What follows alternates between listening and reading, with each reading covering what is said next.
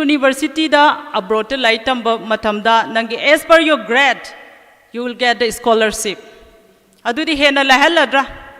lahale ko UK da minimum nangi master course tawbo matamda 10 lakh sange ba ai 10 lakh ti laite kamai tawba ngasai gi education loan na support tawgre ko scholarship facility laire ba adu aina khalle ba ai kamai tawga gi destiny do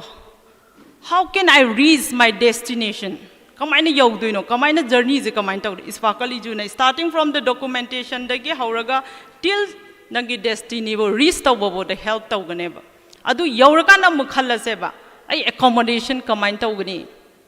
adu je koina assistant pire ba ko mafam du da yaure ko mayam educational loan lauraga mafam du da lai tam ba haure ba ai se part time job pa me ba how can I search part time job in UK US Germany European countries sing da kamain search taw duino confusion lai reba sparkle ijuna solutions pi ne ba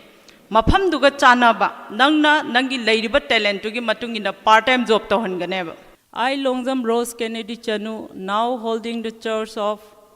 general manager in Sparkle Iju and I will take this opportunity to give you all a glance about Sparkle Iju Manipur and what we are offering. I hope everybody heard about Sparkle Iju, and if not, I will explain in brief. Sparkle Iju is one of the top solutions for your studies and job opportunities in abroad. What are the services we provide by Sparkle Iju? Not only the student to study in abroad, we are providing the job opportunities too. Mayam hapetang di Sparkle Iju se hana tabira bra tabiri bra hapetang haibiro. Tadri ko Sparkle Iju se globally magi branches lejare US, UK, aduga India manung da Hyderabad and Manipur. Koina huji ngangje doiba topics related to prospect and opportunities of graduate students habne. Dem college da tambiri ba chhatra chhatri mayam se amamadi laibirongani. Laibi ko graduation loiraga kari tawgani haiba ma isada discussion hana tawraga di lairongani but confusion ngasagi mem raina na su panbigere confusion stage da loin laiba. After 10 plus 2 se leptana jar tamma ne balarik se aduga 10 plus 2 matungda ai se karamba line da chattoino haina khanba matamda confusion lai maximum khoigi Manipur gi parents mayam china pamme ba gi cha se doctor oiba engineer oiba pami ko 1 year gap lauraga medical gi tuition engineering gi tuition di tawhalleba adubo aina haizaning badi graduation tamaba matungda songi aim se anambana assistant professor oiningam gani UPSC exam thaningam gani IAS officer oiningam gani IPS MPSC exam thaningam gani ba adugi preparation do kamaina tawgani haiba ngasai interview gi do interview kamaina face tawni written the pass taw bayai 100 out of 100 phang bayai ngasai mem raina na haibi kre aduda aina haining badi assistant professor ama oina bachat pagi line da after graduation da master tawgani master loiga kai tawgani PhD tawgani PhD matung da kari eligible oiba exam tha bayai NET GRF mayam leiba it's a long journey ne graduation gi matung da songi destination phangna bo hona bo matam yam change ba mayam da lai tam nari se kai gi no knowledge se earn tawna ba natro adui matung da kai no nangna earn tawriba knowledge tu na you will earn more money ne ba last da di kai no money se ne ba lak tu se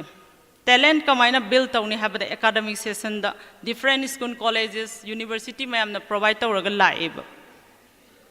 hauji aina suggest tawningi se dem college da graduation tamma matung da master gi line da tawge haiba matam da government gi university Manipur University laire Dem College laire aduga atopa Manipur Technical University jo hange ko aduda loina mak se seat phangdori bra master tawbuda phangni phangoi amta haibiro phangoi ko adui matung da mapan da chala ne ba India gi manung da aduda jo koina try tawdoi se government university ne ba private university yam laite ko India da ꯑꯗꯨꯗ ꯐꯪꯗ꯭ꯔꯒꯗꯤ ꯃꯌꯥꯝ ꯀꯩꯗꯧꯒꯦ ꯈꯟꯕꯤꯒꯦ ꯈꯨꯝꯕꯤꯔꯣ ꯀꯩ ꯇꯧꯕꯤꯒꯦ ꯈꯟꯕꯤꯒꯦ gap ꯂꯧꯔꯅꯦꯕ ꯒ꯭ꯔꯦꯖꯨꯑꯦꯁꯟꯒꯤ ꯃꯇꯨꯡꯗ primary teachers tawrneba primary training loina yawraneba chanaba thabakta after graduation da manipur da privatized company kaya lege khud thekpada chande ko chandabra adu kayam lo salary pige starting the graduation student amana thabak tawba matam da nangi chanaba ngasai di nasa da invest tawgiba time energy return da kaya mu phangani starting salary se kaya no minimum the 5, 6, 7. After having more than 10 years experience, the private company of Manipur India, they are going to maximum 50, right? So, the honoriba matam, energy, time, mangi bado, koina pangaku matam de yamna matam sanganeba. Adun aina habadi dreams, big ohenzeba, abroad to satpagi. Kaiginoba koina abroad, haise. Why we are talking about the abroad? Abroad the opportunity yam laiba ihana mada kai gino personal growth lay academic excellence lay networking henkali yamna maming laiba university worldwide ta global university ta tamba phangani adui matung da kai no part time job assistant aduda khoigi sparkle ijuna provide ta wangam meba kamaina no haiba matam da graduation tambal oraga master tamningba chhatra singse abroad to satpagi magi protocol yam laigre ko adubu isana apply tawraga chatke haiba matamdadi more than 1 year hena changane documentation kamain tawgani registration kamain tawgani how to select reputed university as per my eligibility criteria marks to gi matungina paisa leibra leite manipur anambana financially yamna high oiba oide ai tamdi tamninge how hoina thaba ma tawbada mind always thamgadabuneba questions ahum isada hangjagadabuneba 3 W's what why and when habase any thabak to apply to way ko sije aduga khwaitigi maru oibase how habadune how do hoina fulfill ta hondoini ko sparkly juna somna graduation tambal loirba matungda abroad to sat pas yamna easy o hendoine within 2 months you will get a student visa in UK phangandoine ba kamaina phangdoino na confusion laiba adu clear tawna bai damaktene aina ngasi sida lepaga mayamga interaction tawjari se haibadi somna lies yam tamjaninga ba aduga financial issues laiba oiraga di khoina 100% education loan pieba chidai chida no collateral is required. No guarantor is required. Then, why should not? Kadabai salui doino. Satkani ko maya. Sakadra saluidra. Satkaneba. Adui matung dam hai seba. For the international student, mayam ki damakta kai lay scholarship facility lay. Any university da abroad lay tamba matamda nangi as per your grade, you will get the scholarship. Adu di hena laheladra. Lahele ko UK da minimum nangi master course tawbo matamda 10 lakhs sangeba ai 10 lakhs ti leite kamain tawba ngasai gi education loan na support tawgre ko scholarship facility laireba adu aina khalleba ai kamain tawga gi destiny do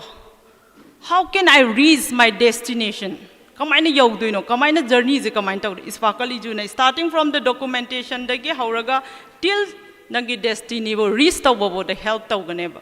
adu yauraka mukhalla seba ai accommodation kamain tawgani adu je koina assistant pireba ko mafam du da yaure ko mayam educational loan lauraga mafam du da lai tamba haureba ai se part time job pameba how can I search part time job in UK US Germany European countries singda kamain search tawduino confusion laireba sparkle ijuna solutions pineba mafam duga chanaba nangna nangi leiriba talent gi matungina part time job to hanganeba loinama it is the tradition ni ko mafam duda everybody works ko part time job while magi studying time haidi lairik tamiba period so khoi gi student visa lawrga chatoineba maybe 2 years maybe 1 year laito tambada part time job to tawraga nangi tamiba course fees to effort to bangameba you can earn more than lakhs in a month adudi yango manipur da lairaga india da laira kanda after graduation da lairik se tamba matamda पैसा तानगे न खोई हाइजेबा home tutor चटपा यावेको अयुक्ता tuition चटपा नुंगदांग द चटपा अतोपा खोई कैफे द यावो मतमदा नंगी कयाम नोबो फंगिसे अर्न तोबो ngamgebe in a month maximum the 10 harseba they can afford in your studies fees the ngambra ngamde ko light to focus to ngamde ko mafam sine ba khoina time ga ngasai gi place ga je karamba mafam da kamaina is leiraga paisa he na tan ba ngamga da ge habase aduju kari matam da no while you studying pursuing master degree to wo matam da ni ko lakh lakh tagi he na talaba nangi fees ma'am do effort to bangam khragadi kaido bagi manipur de india da tammaga leidoino ba matam mangaga he na opportunity leiba mafam da chatlagadi he na aikoi gi aim do high oidro success rate che wangdro wangbro wangdabra habiu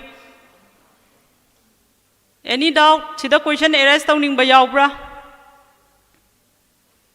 Chingna bigano ko oithokte na khanbigano mind da ngasai gi aise sidagi dem college tagi graduation lor matungda masters du da tauge Bangalore University da Chennai da Chandigarh da mayam loin chanai je si wa khanje thamam ba da hujik south tho ase ba ai abroad da tauge European country da tauge ai Australian ge continent du da chat ke ai experience tauge ai paisa du tan ba ya ba lai su tau ba ya ba aduga after you nangi certified oiraba matungda master degree complete oiraba matungda kai opportunity am phangi you can get post study workout visa am phangane ba for how many years starting from 1 2 to 3 years as per the course as per the country du gi matungina adudi nang ngasai part time job tawu matamda you earn more than lakhs in a month after your completion your master course how much you will expect kaya expect tawi habiro expect am tawge ngasagi larik tammi kanda master tawu matamda nangse more than lakh se in a month tan banga meba aduga after your completion of your master course adu kaya tan bangam gani professional line da changi matamda manager level da nangno work tor ko matamda kaya tan gani privatized company ngakta de ni ko work tor toise Habitang habiro ne student amani na part time da 1 lakh talaga di professional way da somna thabak tor ko matam da kaya tan bang ngongani habet habiro na kitang law na habiro more than 3 right more than 3 ni ko tan du se 3 je kaino lakhs ta ni ko you will become the billionaire millionaire or to ni ko adudi ngasai gi larik tambada ngasai gi changi bado aina assistant professor ma oina ba hona ba matam da oi geno ha ba nate ko oi badal all the student no phangoi ba under the state and central government gi makha da thabak phang ba pi ba ngam de ba vacancies leite ba phangau da ba na khoi di demotivate tor ga adum mafam si dagi hen to oi dra ha ba question du ne ba matang chari kanda matam chari kanda thaina probaba ma lei ko ahal laman haina ba tan chana jagoi sawn tai ko mayam na haidra ahal ibema tan chana jagoi saw ibungo tan chana jagoi sawn kari marangi no matang du chari kandi somna hujik thiba lak pa na te ba khoi gi opportunities and prospect after graduate che kai to we khoina laga piri ne ba informative oi ba message sing jina khoi da kai kai tawba yai do khangali ne ba hujiki information do adequate oiraba sufficient oiraba sida nakoina kai gino ba adugi way da select tawroi do ba maram se adagi example mafam du da Germany ge example torge adu da dine no IELTS exam no PT no TOEFL no Duolingo high by exam se US UK chatpada recur oibada sigidi oi de ba Germany ge only language to Germany language khangra di lore that's it adudi ngasai gi khoi gi 10+2 matung da graduation matung da master gi preparation taw ba UPSC preparation taw ba dadi na khoi na chahi je 5 3 4 ngai ba ngam me ba Germany da nangi Germany language se tamba matam da minimum 10 months ne everything exam loina pass tha ba gi pattern je 10 months ta complete lore ni ko pass taw ba gi magi percentage yam high oi ba youngster sing da mayam tamnari ko after 30 helaba matung da somje 20 loina helamani sai je hele ko adudi up to 30 boy se mafam chana gi settlement do phange thabak tawge na khallagadi matam manghandabida right place se khanba matamda kanada changani kanada hangani information je sparkle ijuda right oidabra oiko informative abroad te kamai tawga light amni abroad te kamai tawga thabak phangani hai tardi sparkle ijuda changbiro hata news account lay office any information any queries lay bado welcome tawningi aduga clear oiga mafam sidane ngasai gi do kaido bagi matam mangalaga lay doino hai bado why should we wait a month to start your future when you have secure dreams ngasai gi layram da ba dreams to aina haireba sidai sida graduation tambaloraga ai diuda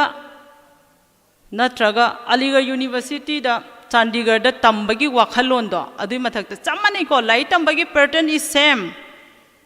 mafam khena bai wane opportunity hena leiba mafam da chalhanning bagi damaktani aina suggest tawrise lai tamna paisa tanba aduga imai fa da su khoida invest tawri base nomadi mana si oirakani haibagi thajabane ba 100% nangi lairik tamba matamda yamna laina part time job tawraga ima ipa da paisa depend tawdana like to tamaba matungda nangi 2 to 3 years post student pass workout visa je phangagadi professional way da tawrak pakanda ngasai gi nangi 5 lakhs ama manipur da work taw matamda as a assistant professor magi salary se haiba up to 1 lakh starting the example ni ko 5 lakhs se yowa matamda chahi kya changdoino saving ni ko haise hairiba after completion ng master lower kanda in a manager level the work tor ko matam da nakoi ki salary se more than 3 lakhs ne ba in a month phangdoi se adu oragadi manipur da leraga india da leraga saving to bangam bagi ngasai gi chance ga abroad ta thabak lai tambalo ga thabak phangbai cha je karam bana phare abroad ta ne hen tu na saving ngamme ko ngamni ngamoi mayam haibiro ngamani ko aduga Germany gi aina hapet palambado Germany dadi nang kaigumba if you are staying more than 5 years ko later di PR phangeba permanent residence phangeba nangi spouse pusan bayaiba family lay bayaiba thabak taw matamda sidadi aingonda well talent layraba doina capability na onda layraba mafam sineba soina doise ai hairiba mafam sida work taw matamda aingonda pi doiba paisa se they will give only 10,000 after master, after graduation in the private firm. Right? Chumbra chumdabra. Chumiko. Master lawyer ba training certificate mayam paira ba. Primary teaching dagi hauraga till B.Ed pu tambalura ba. Government gi job phangogdraga tardi nang na higher secondary amado tambaba na magi salary starting 10,000 ni ko apiri se. Even PhD lawyer phauda. Adu di 10,000 in a month of wakanda saving do ngamoroi ba matam di sum loisalakane ba lai tamba lorak pada 23 years size example adu da more than 5-6 years privatized company amda india da work tor go matam da nangi no saving imai pa na haira ni yare nangi lai tamba matam si yamna sangna tamme hojik ti nang jo luhong asi haira ne ba adu di nga saina isana kanna hona dana ayung nung thin tum da dana lairik paraga tammi the waste oidra luhonga matung da nupi amna thabak taw bai tholok pai chances yam nemi ko nemra nemda brahayo nemi kaigino hai matan da government gi job ta tawr kan da di welcome tawra ne ba in law sing duna harawra ne ba adu private ta oza oi bagi thokko man da e lising tara khatang phangba se manga e chalur nu da thaw maman hanjan de demotivate taw bira ne ba isa itom da ju demotivate taw zara ne ba as aiji tamaroi ge da to ge da na ngasagi nangna tammi ba pari ba master gi degree kana dreba channa dreba adoi tadi nang je karama mapham da hena chanaga da ge haibadu ne ba khoina hujik suggest tawning is abroad tadi high demand leiba khoina thabak tawge thi doina te ba thabak tawbiu law sine ma khoina recruitment law bala ise notice macha sing yamna talent lei ko in the field of science, in the field of technology, engineering, maths, business, fashion design, arts. Higher graduation loy kanda somna tamning ba subject course all are available in abroad. India da khatana te ko aina India sida ai biology laure example ai mapanda di later bra layib. Master, in all the subject you want, it's already available in abroad. The difference is opportunity to neighbor, high opportunity in abroad to labor. Networking is a interaction of different communities, tradition, diversified to wing on me. Ngamiko. Adu di hauzik songi mota kai lay abroad chat ke na khanbra khandabra adu makitang khali ko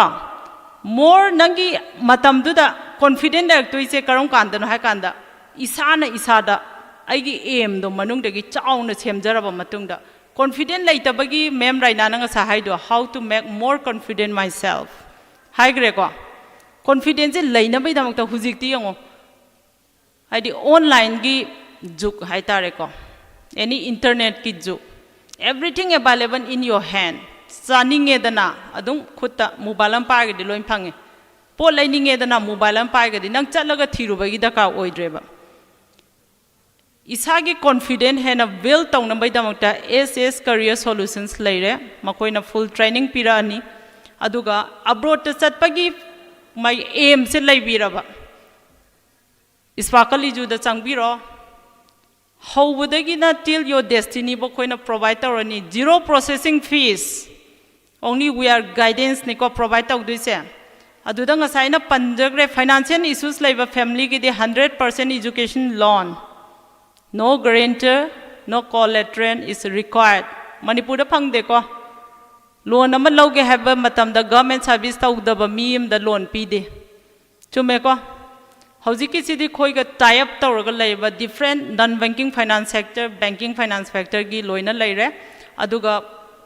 hujiki thabak tawbagi matang se haibai part time job ta nangi fees to yam laina afford taw ngamme bako aduna mayam chingna ningai leitre wakhan sonda bya de hena aim je chawji chawraga di khoina confident lairaga di hena paisa tan bangame isana isada yauriba quality do sales taw ngamdraga di khoina lairik tambagi atra thokte chume ko certificate pairaga yumda phamaga leibaga kanaroi aina tammiba laik to mafam chana matam chana implement tawragadi more earning hena opportunity phange aduna id everyone suggests to go to abroad aduna thengda biranu while you studying graduation tambasida information do phangba taragadi hena nakoi gi friends sakanda hena advice pining ba lairaga so Sparkle Edu dagi all the information phangani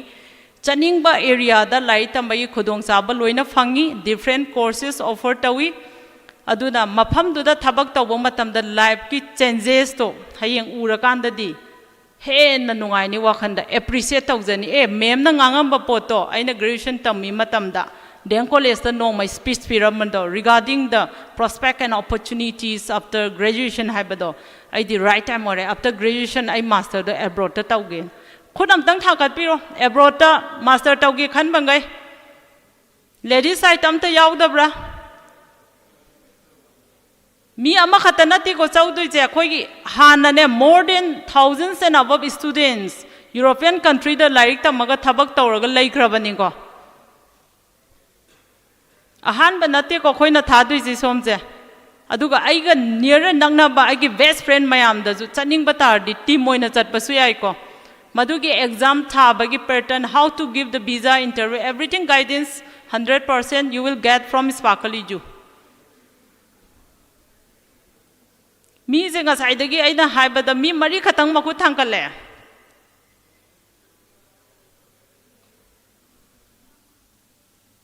kai issues lagi doubt lagi chaning ba phau du se kai gino paisa ta ningdra ba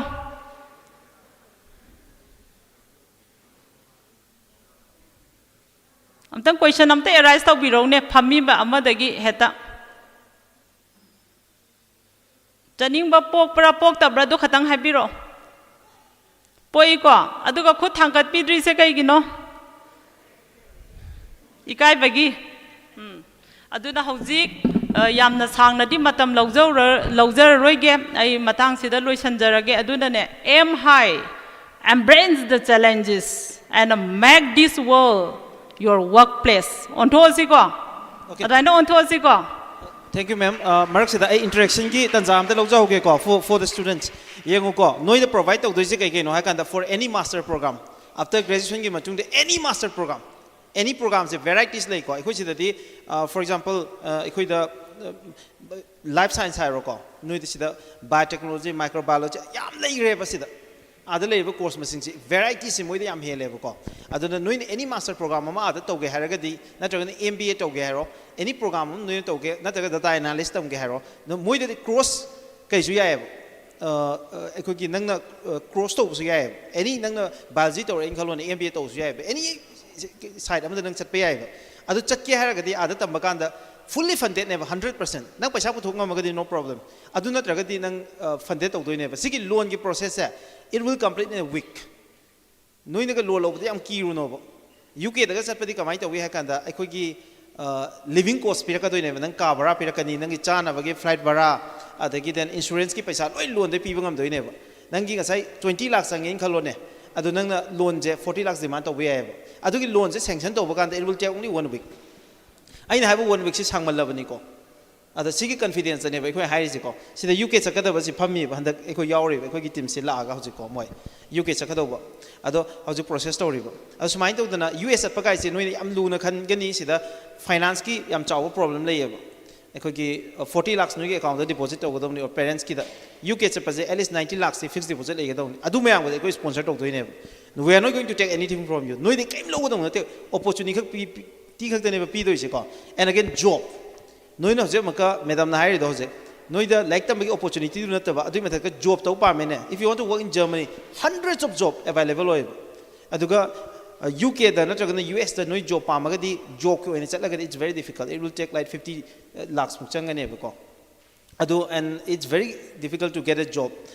ki oi ba work permit lo ba visa adu lo ba jam lui ba adu gi mahut da satra oi ne chat la ga thabak su ba ja I'll give you one example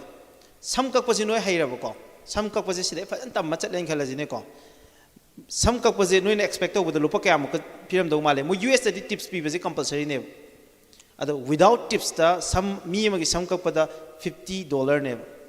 lupa lising mari ado no ma da mi tara gi sam kak or ba ko without tips nang lupa 40,000 ta le ado ne nang in 10 days ta kya ta le lakh mari ta le US that much easy ko chaman na nang UK da mobile semba hai ren ga lobo nana ko sidai tamma cha kharani tha hu mari ko training pirani nang mobile semba gi mafam ma da no ma da pung amam dang work to ba kan da nang at least no ma da hauji ngasai $50 yam lai tan ma ngam adadi wages se sati ni chawe and dignity of labor se yam wang e si satra khuding ni ko ai ko ma pancha kan da cab driver ga je medical student sing waiter ga je medical student ma'am dai ba to mai to da noi da adu gi opportunities ma'am do noi da avail tawbagi noi na adu khudung sa bu lo ge hai ta ra ga di kamai lo ya ge ha bu ne ba ko adu ne question hang aning and again si ma'am si tong no hona kan di skills ang e ba adu skill du ne ba SS no provide to dois adu skill du yaw du ne you can go nowhere chungjan chan na roi ba visa interview sang du ne hayang defend to du ne consulate interview na visa United States ki embassy manga lai adu interview pham du ne ba adu interview du yaw ge hai ta ra ga di sida high employability skill presentation skill effective communication ja si yaw do sunga ya roi ba adu I da mi masing yam badu nate da kala ise noi sida le reversing if you are very serious aduga noina if you genuinely believe ko in your dream noi mapan da chatning daraba natraga na noi gi na sagi skills me am enhance oning daraga di you just come forward and ask some question ko relevant question khara hango madam Raina ga se ko she is very popular ko Manipur thung na chati ni Manipur institute puna magna ai ko gi invite to ni ma'am Silomi sida fami ko ma'am Raina fami so university में देखो ना लागा if we are not getting any question अदु एरगा दे कोई माई पाक train लोग दोइने अदु ने question करा हंगो बा लोन के तो कमाई तो दोइनो आदे एडमिशन कमाई फंग दोइनो थब कमाई चंग दोइनो हंग याद्रो Germany दा जो bus driver हम द लाख अहुम दोइने बा होरिसे we are providing job for bus driver lupa lakh अहुम can you imagine lakh अहुम को लाख अहुम जे थाम द फंग दोइने nurses हम 2.5 ने अदु bus driver चुम न सर पे यारो ये Germany की mannerism तम दोइने काई ट्रेनिंग पी दोइने SS पी दोइने कोई German da kamai na manner moi kamai lei ga se tak toine ba khoina moi language tak ka doine ko adumai na lei ba job ma'am le hotel management ki job thousands of job like Europe ta ko blue color job ana class 10 pass ka tor chang ba ya job ma'am ko provide tori si ma'am je personality chang e वा ngang ngambagi intercommunication ki skill mayam si mayam se presentation skill mayam change hai interview piru doine ba adu mayam to si paira ga di noi sida lupa lising manga gi tara gi matha sai do nang pocket ta tham da lak ani home in terms of lakh the number or ga nang account chang halak pa yai ko adu nang na Germany da le ka na Europe da le ka na nong da phang da ba puchi gi mahau do so imagine to ba ko and again and before going to all this ngasai noi the soft skills is hati na maroi ba si yaudra ba si yaudra ga di noi never ko noi na success oi ba gi chang chi yam nem ga ni oi roi di hai di ko aduga si di noi mang nei khoin hap na bo ko na ga dong ne ba ko so may I expect some question from you for mem Raina and ikoi gi mem ikoi gi Rose ki da mak ta question khara I expect okay any student hangbiro ko ngasai hungry do question noi amani res dang wai ta jo si noi ga di khoi program loi re bench ko ta phamba student mayam da gi han na lokhat che si matung dai de khoi gi ngasi gi guest mayam gi speech layer ni aduna let us take one or two question and after that we can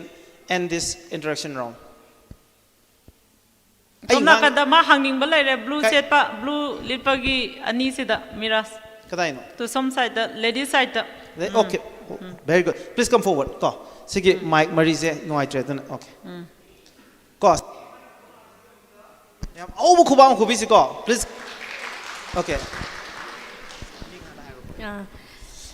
hello ma'am I giving Monica kawe I Churachandpur dagi ne hozik kino da GP da master tawzari PG hozik fourth semester exam thazari ngasai ngangi basing sidi only kino gi graduation loiraga loina haiba ado PG loiraga anda chatpagi PhD tawbagi or atopa course tambagi di facility leibra ba ma'am lay loina lay ko PhD ta web facility yamna widely open hoiraga abroad ki university de lay somna tawdori ba subject to gi hana paper form ma record toy aduga scholarship facility ju phange after master da ko main oina aina graduation gi high gi bagi matang de kai gino haiba matam da maximum graduation bo se leptana lai tamna reba master ji phangau matam da aduda break even point am lay ko kai tawbam khangdaba mayam do hujikna aina mainly speech series se aina hope taw the graduate student ne hairaga graduate base taw ha gi bani adubo why not master gi ju laiba master complete taw boloi ga PhD taw jage haiba do song gi subject aduda nang paper amade hana publish taw gane ba paper publish tawraba matung da khoina forward tawgani university da adugi matung ina nangi subject amasung paper dugi matung ina university dagi nangi chana ba scholarship facility fully funded su lai ko PhD gi adugi opportunity great open laita banate Hi ma'am thank you I ade matang da kona call tawzarage okay ma'am great thank you very much ko mana question round se open to na mem Raina so still there ko so if you have any question for both the expert no in address to ning wadan to ko okay please come forward thank you very much and we have another question yeah good afternoon ma'am Good afternoon. ma'am I ma'am rosta hangjagen to Ma'am Rosta. ma'am I PS Mukhtar kaujai BSc physics ta tawjabani third sem tamjare dem college of science ki ado ma'am aina hangjaning badi khoi gi hojik abort ta chatbagi se loan pi gane na haibirabo ko ado loan si kamaina ikona singadagi haibiche singbagi do complete taw biro question do adi loan se koina student oiringai da adum thigat toira na tragana student haibagi sigi tangkak si loire matung da ai professor lam da chatla kan da auda singdoira haibagi mau ado huziki di education loan se lawba se light tambal loiraga singada bani light tammi ge manung da loan singbagi kaimta dugi pressure laite adu we ai gi suggestion di kaino haiba matam da koina abroad light tamba changba matam da magi affordable oiba fees ta koina select tawba natraga nangna tamningi ba university to select tawroba matung da example da nangna any masters course ama abroad ta tawba da more than 15 lakhs sange bako adudi somda light amba hawbagi duration se 24 months nena example pizarage then more than 4 months extra makogi visa da extend tawbagi pirakani kaigino haiba matamda exam result out tawraba matungda atopa thabak apply tawbagi damakta aduna somna laibiri ba 28 months to da part time job phangagadi 100% ꯐꯪꯗꯣꯏꯅꯤꯀꯣ ꯑꯗꯨꯗ ꯐꯪꯉꯛꯏꯕ ꯄꯩꯁꯥꯗꯨꯅ ꯈꯔ ꯍꯥꯟꯅ ꯁꯤꯡꯇꯣꯛꯍꯟꯅꯤꯡꯉꯤ ꯀꯩꯒꯤꯅꯣ ꯍꯥꯏꯕ ꯃꯇꯝꯗ ꯂꯦꯝꯕ ꯄꯩꯁꯥꯗꯣ ꯂꯥꯟꯅ ꯁꯤꯖꯤꯟꯅꯗꯕ ꯑꯩꯒꯤ ꯂꯥꯏꯔꯤꯛ ꯇꯝꯕꯗ ꯆꯪꯕ ꯐꯤꯁ ꯏꯁꯥꯅ ꯑꯦꯐꯣꯔꯠ ꯇꯧꯕ ꯉꯝꯃꯦ ꯍꯥꯏꯁꯦ ꯗ꯭ꯌꯨꯔꯤꯡ ꯌꯣꯔ ꯁ꯭ꯇꯗꯤꯁ 100% ꯅꯪꯒꯤ ꯄꯥꯔꯠ ꯇꯥꯏꯝ ꯖꯣꯕꯇꯨꯅ ꯐꯖꯅ ꯅꯪꯒꯤ ꯂꯣꯟ ꯂꯣꯏꯅꯃꯛ ꯁꯤꯡꯕ ꯉꯝꯃꯤꯀꯣ ꯑꯗꯨꯒ ꯂꯣꯟ ꯁꯤꯡꯕꯒꯤ ꯄ꯭ꯔꯦꯁꯔꯗꯤ ꯂꯩꯇꯦ during your studies after completion nangi 1 year gi oigana 1 year 2 year 2 years adi matungda nangna job tawraba matungda loan singadawbani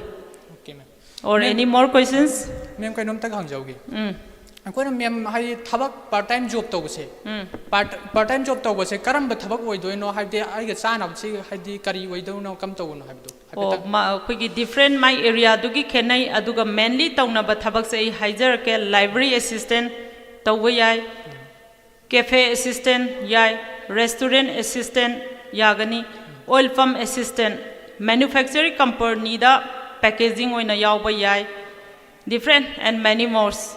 assistant ngata work tawkani aduda professional oiba work tinate unskilled job ni nanga part time job hairga khoina manager level da work tawgani khanbi gano matam ahangba matam da work tawbani aduna minimum khoina as a student oina mayamna work tawnai se 7 to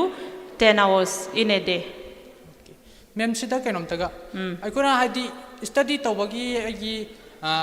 university da chatpa matamga udagi part time gi matam siga adum conflict tho idra haibagi oide ai hapetang example pizarake UK da like tamba matamda master any subject da somna tawba matamda in a week da only 3 days class tawgani 3 days to the only 3 hours in a day tawgani aduga US da chatpa matamda project based ni 1 week nang class da foundgani other the remaining 2 months nang on the pigani just complete that project after your theory class aduna lots of the matam phange aduna koina always we suggest you just work as a part time job while you study in abroad aduga ma'am kainom taga aije ma'am haidi karigumba posa amta invent tawgena khanjayabako kai ba I confuse ai posa amatang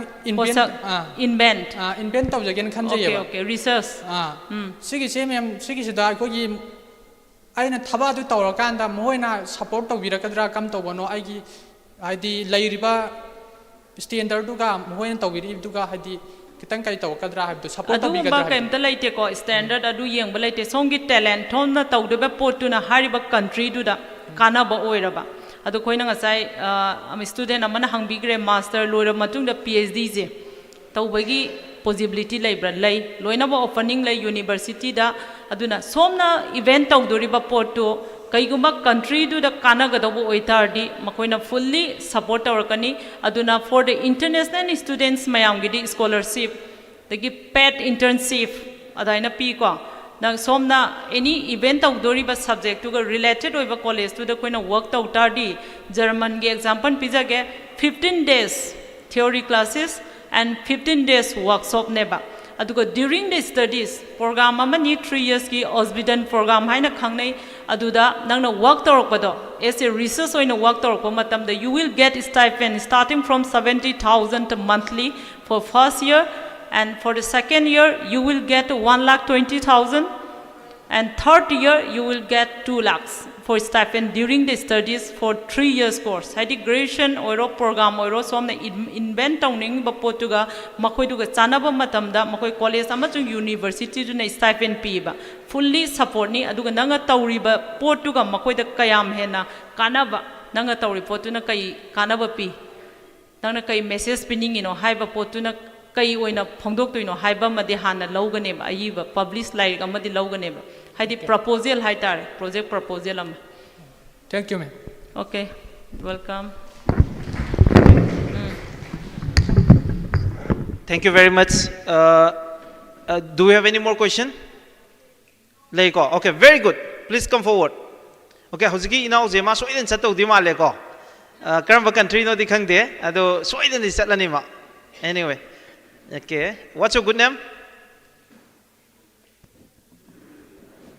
Ming habiyo. Yare yare. Adum hairo tai tai. I give me Ningthozam kai kumai. Okay. I physics department da third semester da tamjabani. Okay. So aina hangjaning budi ngasa dum koi friends sing me amra su seniors hangbigre bako. ꯑꯗꯨꯗ ꯑꯩꯅ ꯈꯤꯇꯪ ꯈꯪꯖꯅꯤꯡꯕꯗꯤ ꯍꯥꯏꯗꯤ ꯑꯩꯈꯣꯏꯅ ꯑꯦꯕ꯭ꯔꯣꯗꯇꯕꯨꯗꯤ ꯇꯝꯕ ꯆꯠꯇꯣꯏ ꯅꯪꯒꯤ ꯀꯣꯏꯁꯟꯁꯦ ꯀꯅꯥꯗꯅꯣ ꯍꯪꯒꯗꯣꯏꯁꯦ expert ꯑꯅꯤꯁꯤꯗ